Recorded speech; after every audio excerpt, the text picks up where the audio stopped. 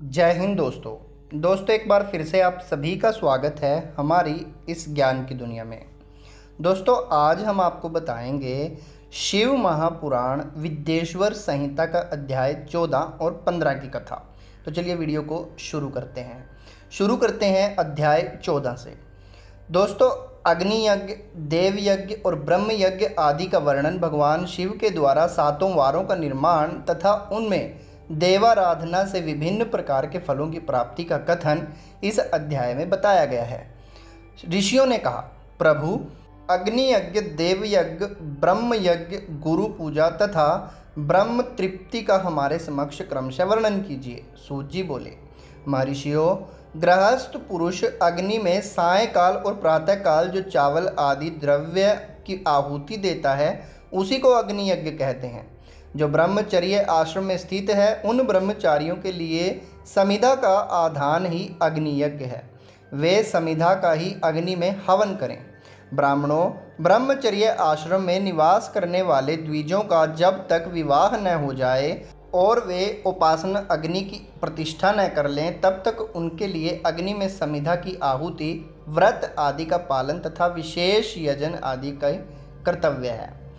द्विजों, जिन्होंने ब्रह्म अग्नि को विसर्जित करके अपने आत्मा में ही अग्नि का आरोप कर लिया है, ऐसे वानप्रस्थियों और सन्यासियों के लिए यही हवन या अग्नि यज्ञ है कि वे विहित समय पर हितकर, परिमित और पवित्र अन्न का भोजन कर लें। ब्राह्मणों, सायंकाल अग्नि के लिए दी हुई आहुति संपत्ति प्रदान करने वाली होती है, ऐसा जानना चाहिए, और प्रातःकाल सूर्यदेव की दी हुई आहुति आयु की वृद्धि करने वाली होती है। यह बात अच्छी तरह समझ लेनी चाहिए।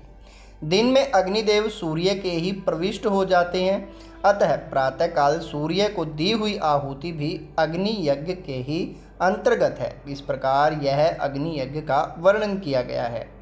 इंद्र आदि समस्त देवताओं के उद्देश्य से अग्नि में जो आहुति दी जाती है उसे देव यज्ञ समझना चाहिए। स्थालीपाक आदि यज्ञों को देव यज्ञ ही मानना चाहिए। लौकिक अग्नि में प्रतिष्ठित जो चूड़ाकरण आदि संस्कार निमित्तक हवन कर्म है उन्हें भी देव यज्ञ के ही अंतर्गत जानना चाहिए। अब ब्रह्म यज्ञ का वर्णन सुनो। द्विज को चाहिए कि वह देवताओं की तृप्ति के लिए निरंतर ब्रह्म यज्ञ करे। वेदों का जो नित्य अध्ययन या स्वाध्याय होता है उसी को ब्रह्म यज्ञ कहा गया है। प्रातः नित्य कर्म के अनंतर सायंकाल तक ब्रह्म यज्ञ किया जा सकता है, उसके बाद रात में इसका विधान नहीं है। अग्नि के बिना देव यज्ञ कैसे संपन्न होता है, इसे तुम लोग श्रद्धा से और आदरपूर्वक सुनो। सृष्टि के आरंभ में सर्वज्ञ, दयालु और सर्वसमर्थ महादेव ने समस्त लोगों के उपकार के लिए वारों की कल्पना की। ये भगवान शिव संसार रूपी रोग को दूर करने के लिए वैद्य हैं, सबके ज्ञाता तथा समस्त औषधों के भी औषध हैं। उन भगवान ने पहले अपने वार की कल्पना की जो आरोग्य प्रदान करने वाला है। तत्पश्चात अपनी माया शक्ति का वार बनाया जो संपत्ति प्रदान करने वाला है। जन्म काल में दुर्गति ग्रस्त बालक की रक्षा के लिए उन्होंने कुमार के वार की कल्पना की। तत्पश्चात सर्वसमर्थ महादेव ने आलस्य और पाप की निवृत्ति तथा समस्त लोगों का हित करने की इच्छा से लोक रक्षक भगवान विष्णु का वार बनाया। इसके बाद सबके स्वामी भगवान शिव ने पुष्टि और रक्षा के लिए आयुकर्ता, त्रिलोक सत्रष्टा, परमेष्ठि ब्रह्म का आयुष कारक वार बनाया, जिससे संपूर्ण जगत में आयुष्य की सिद्धि हो सके। इसके बाद तीनों लोकों की वृद्धि के लिए पहले पुष्य पाप की रचना हो जाने पर उनके करने वाले लोगों को शुभाशुभ फल देने के लिए भगवान शिव ने इंद्र और यम के वारों का निर्माण किया। ये दोनों वार क्रमशः भोग देने वाले तथा लोगों के मृत्यु भय को दूर करने वाले हैं। इसके बाद सूर्य आदि 7 ग्रहों को जो अपने ही स्वरूप भूत तथा प्राणियों के लिए सुख दुख के सूचक हैं, भगवान शिव ने उपयुक्त 7 वारों का स्वामी निश्चित किया। वे सब के सब ग्रह नक्षत्रों के ज्योतिष कर्मंड मंडल में प्रतिष्ठित हैं। शिव के वार या दिन के स्वामी सूर्य हैं। शक्ति संबंधी वार के स्वामी सोम हैं। विष्णु वार के स्वामी बुध हैं। इंद्र वार के स्वामी शुक्र और यमवार के स्वामी शनैचर हैं। अपने अपने वार में की हुई उन देवताओं की पूजा उनके अपने अपने फल को देने वाली होती है। सूर्य आरोग्य के और चंद्रमा संपत्ति के दाता हैं। मंगल व्याधियों का निवारण करते हैं। बुध पुष्टि देते हैं। बृहस्पति आयु की वृद्धि करते हैं। शुक्र भोग देते हैं और शनिचर मृत्यु का निवारण करते हैं। ये 7 वारों के क्रमशः फल बताए गए हैं जो उन देवताओं की प्रीति से प्राप्त होता है। अन्य देवताओं की भी पूजा का फल देने वाले भगवान शिव ही हैं। देवताओं की प्रसन्नता के लिए पूजा की 5 प्रकार की ही पद्धति बताई गई है। उन देवताओं के मंत्रों का जप यह पहला प्रकार है। उनके लिए होम करना दूसरा, दान करना तीसरा और तप करना चौथा प्रकार है। किसी वेदी पर, प्रतिमा में, अग्नि में अथवा ब्राह्मण के शरीर में आराध्य देवता की भावना करके 16 उपचारों से उनके पूजा या आराधना करना 5वां प्रकार है। इनमें पूजा के उत्तरोत्तर आधार श्रेष्ठ हैं। पूर्व के अभाव में उत्तरोत्तर आधार का अवलंबन करना चाहिए। दोनों नेत्रों तथा मस्तक के रोग में और कुष्ठ रोग की शांति के लिए भगवान सूर्य की पूजा करके ब्राह्मणों को भोजन कराएं। तदंतर 1 दिन, 1 मास, 1 वर्ष तथा 3 वर्ष तक लगातार ऐसा साधन करना चाहिए। इससे यदि प्रबल प्रारब्ध का निर्माण हो जाए तो रोग एवं जरा आदि रोगों का नाश हो जाता है। इष्ट देव के नाम, मंत्रों का जप आदि साधन वार आदि के अनुसार फल देते हैं। रविवार को सूर्य के लिए, अन्य देवताओं के लिए तथा ब्राह्मणों के लिए विशिष्ट वस्तु अर्पित करें। यह साधन विशिष्ट फल देने वाला होता है तथा इसके द्वारा विशेष रूप से पापों की शांति होती है। सोमवार को विद्वान पुरुष संपत्ति की प्राप्ति के लिए सपत्नीक ब्राह्मणों को घृत पक्व अन्न का भोजन कराएं। मंगलवार को रोगों की शांति के लिए काली आदि की पूजा करें तथा उड़द, मूंग एवं अरहर की दाल आदि से युक्त अन्न ब्राह्मणों को भोजन कराएं। बुधवार को विद्वान पुरुष दधि युक्त अन्न से भगवान विष्णु का पूजन करें। ऐसा करने से सदा पुत्र, मित्र और कलत्र आदि की पुष्टि होती है। जो दीर्घायु होने की इच्छा रखता हो वह गुरुवार को देवताओं की पुष्टि के लिए वस्त्र, यज्ञोपवीत तथा घृत मिश्रित खीर से यजन पूजन करे। भोगों की प्राप्ति के लिए शुक्रवार को एकाग्रचित्त होकर देवताओं का पूजन करें और ब्राह्मणों की तृप्ति के लिए षड्रस युक्त अन्न दें। इसी प्रकार स्त्रियों की प्रसन्नता के लिए सुंदर वस्त्र आदि का विधान करें। शनैश्चर अपमृत्यु का निवारण करने वाला है। उस दिन बुद्धिमान पुरुष रुद्र आदि की पूजा करें। तिल के होम से, दान से देवताओं को संतुष्ट करके ब्राह्मणों को तिल मिश्रित अन्न भोजन कराएं। जो इस तरह देवताओं की पूजा करेगा वह आरोग्य आदि फल का भागी होगा। देवताओं के नित्य पूजन, विशेष पूजन, स्नान, दान, जप, होम तथा ब्राह्मण तर्पण आदि में एवं रवि आदि वारों में विशेष तिथि और नक्षत्रों का योग प्राप्त होने पर विभिन्न देवताओं के पूजन के सर्वज्ञ जगदीश्वर भगवान शिव ही उन देवताओं के रूप में पूजित हों। सब लोगों को आरोग्य आदि फल प्रदान करते हैं। देश काल, पात्र, द्रव्य, श्राद्ध एवं लोक के अनुसार उनके तारतम्य क्रम का ध्यान रखते हुए महादेव जी आराधना करने वाले लोगों को आरोग्य आदि फल देते हैं। शुभ के आरंभ में और अशुभ के अंत में तथा जन्म नक्षत्रों के आने पर गृहस्थ पुरुष अपने घर में आरोग्य आदि की समृद्धि के लिए सूर्य आदि ग्रहों का पूजन करे। इससे सिद्ध है कि देवताओं का यजन संपूर्ण अभिष्ट वस्तुओं को देने वाला है। ब्राह्मणों का देव यजन कर्म वैदिक मंत्र के साथ होना चाहिए। शूद्र आदि दूसरों का देवयज्ञ तांत्रिक विधि से होना चाहिए। शुभ फल की इच्छा रखने वाले मनुष्यों को 7 ही दिन अपने शक्ति के अनुसार सदा देव पूजन करना चाहिए। निर्धन मनुष्य तपस्या द्वारा और धनी धन के द्वारा देवताओं की आराधना करे।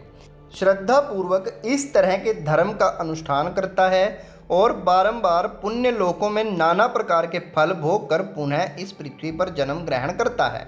धनवान पुरुष सदा भोग सिद्धि के लिए मार्ग में वृक्षादि लगाकर लोगों के लिए छाया की व्यवस्था करे। जलाशय बनवाएं। वेद शास्त्रों की प्रतिष्ठा के लिए पाठशाला का निर्माण करें तथा अन्यान्य प्रकार से भी धर्म का संग्रह करता रहे। धनी को यह सब कार्य सदा ही करते रहना चाहिए। समयानुसार पुण्य कर्मों के परिपाक से अतःकरण शुद्ध होने पर ज्ञान की सिद्धि हो जाती है। द्विजो, जो इस अध्याय को सुनता, पढ़ता अथवा सुनने की व्यवस्था करता है उसे देव यज्ञ का फल प्राप्त होता है। तो बोलिए ओम नमः शिवाय। तो यहाँ पर समाप्त हो जाता है अध्याय 14वां और शुरू होता है अध्याय 15, जिसमें देश, काल, पात्र और दान आदि का विचार बताया गया है। ऋषियों ने कहा, समस्त पदार्थों के ज्ञाताओं में श्रेष्ठ सूत जी, अब आप क्रमशः देश, काल आदि का वर्णन करें। सूत जी बोले, महर्षियों, देव यज्ञ आदि कर्मों में अपना शुद्ध ग्रह समान फल देने वाला होता है, अर्थात अपने घर में किए हुए देव यज्ञ आदि शास्त्रोक्त फल को सम मात्रा में देने वाले होते हैं। गौशाला का स्थान पर की गई अपेक्षा 10 गुना फल देना है। जलाशय का तट उससे भी 10 गुना महत्व रखता है तथा जहाँ बेल, तुलसी एवं पीपल वृक्ष का मूल निकट हो वह स्थान जलाशय के तट से भी 10 गुना फल देने वाला होता है। देवालय को उससे भी 10 गुणे महत्व का स्थान जानना चाहिए। देवालय से भी 10 गुना उत्कृष्ट है तीर्थ नदी का तट, और उससे भी 10 गुना महत्व रखता है सप्तगंगा नामक नदियों का तीर्थ। गंगा, गोदावरी, कावेरी, ताम्रपर्णी, सिंधु, सरयू और नर्मदा, इन 7 नदियों को सप्तगंगा कहा गया है। समुद्र के तट का स्थान उनसे भी 10 गुना पवित्र माना गया है, और पर्वत के शिखर का प्रत्येक समुद्र तट से भी 10 गुना पावन है। सबसे अधिक महत्व का वह स्थान जानना चाहिए जहाँ मन लग जाए। जहाँ तक देश का वर्णन हुआ, अब काल का तारतम्य बताया जाता है। सतयुग में यज्ञ, दान आदि कर्म पूर्ण फल देने वाले होते हैं, ऐसा जानना चाहिए। त्रेता युग में उसका 3/4 फल मिलता है। द्वापर में सदा आधे ही फल की प्राप्ति कही गई है। कलयुग में 1/4 ही फल की प्राप्ति समझनी चाहिए, और आधा कलयुग बीतने पर उस 1/4 फल में भी 1/4 कम हो जाता है। शुद्ध अंतःकरण वाले पुरुष को शुद्ध एवं पवित्र दिन सम फल देने वाला होता है। विद्वान ब्राह्मणों, सूर्य संक्रांति के दिन किया गया सत्कर्म पूर्वोक्त शुद्ध दिन की अपेक्षा 10 गुना फल देने वाला होता है। यह जानना चाहिए उससे भी 10 गुना महत्व उस कर्म का है जो विषुव नामक ज्योतिष के अनुसार वह समय जबकि सूर्य विषुव रेखा पर पहुंचता है और दिन तथा रात दोनों बराबर होते हैं, वर्ष में 2 बार आता है। एक तो सौर चैत्र मास की 9वीं तिथि और अंग्रेजी 21 मार्च को, और दूसरा और अश्विन की 9वीं तिथि या अंग्रेजी 22 सितंबर को योग में किया जाता है। दक्षिणायन आरंभ होने के दिन अर्थात कर्क की संक्रांति के किए गए पुण्य कर्म का महत्व विषुव से भी 10 गुना माना गया है। उससे भी 10 गुना मकर संक्रांति में और उससे भी 10 गुना चंद्र ग्रहण में किए हुए पुण्य का महत्व है। सूर्य ग्रहण का समय सबसे उत्तम है, उसमें किए गए पुण्य कर्म का फल चंद्र ग्रहण से भी अधिक और पूर्ण मात्रा में होता है। इस बात को विज्ञ पुरुष जानते हैं।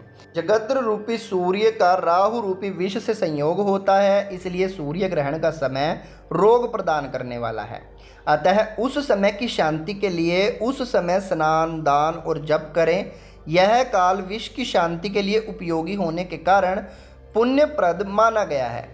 जन्म नक्षत्र के दिन तथा व्रत की पूर्ति के दिन का समय सूर्य ग्रहण के समान ही समझा जाता है, परंतु महापुरुषों के संग का काल करोड़ों सूर्य ग्रहण के समान पावन है, ऐसा ज्ञानी पुरुष जानते मानते हैं। तपोनिष्ठ योगी और ज्ञाननिष्ठ यति ये पूजा के पात्र हैं, क्योंकि ये पापों के नाश के कारण होते हैं।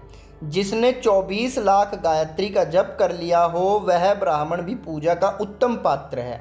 यह संपूर्ण फलों और भोगों को देने के समर्थ है।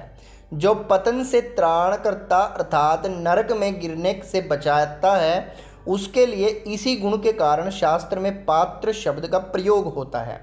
यह दाता का पातक से त्राण करने के कारण पात्र कहलाता है। गायत्री अपने गायक का पतन से त्राण करती है, इसलिए वह गायत्री कहलाती है। जैसे इस लोक में जो धनहीन है वह दूसरे को धन नहीं देता, जो यहाँ धनवान है वह दूसरे को धन दे सकता है, उसी तरह जो स्वयं शुद्ध एवं पवित्र आत्मा से है वही दूसरे को मनुष्यों को त्राण या उद्धार कर सकता है। जो गायत्री का जप करके शुद्ध हो गया है वही शुद्ध ब्राह्मण कहलाता है। इसलिए दान, जप, होम और पूजा सभी कर्मों के लिए वही शुद्ध पात्र है। ऐसा ब्राह्मण की दान तथा रक्षा करने की पात्रता रखता है। स्त्री हो या पुरुष जो भी भूखा हो वही अन्न दान का पात्र है। जिससे जिस वस्तु की इच्छा हो उसे वह वस्तु बिना मांगे ही दे दी जाए तो दाता को उस दान का पूरा पूरा फल प्राप्त होता है। ऐसे महर्षियों की मान्यता है जो सवाल या याचना करने के बाद दिया गया हो वह दान आधा ही फल देने वाला बताया गया है। अपने सेवक को दिया हुआ दान 1/4 फल देने वाला होता है।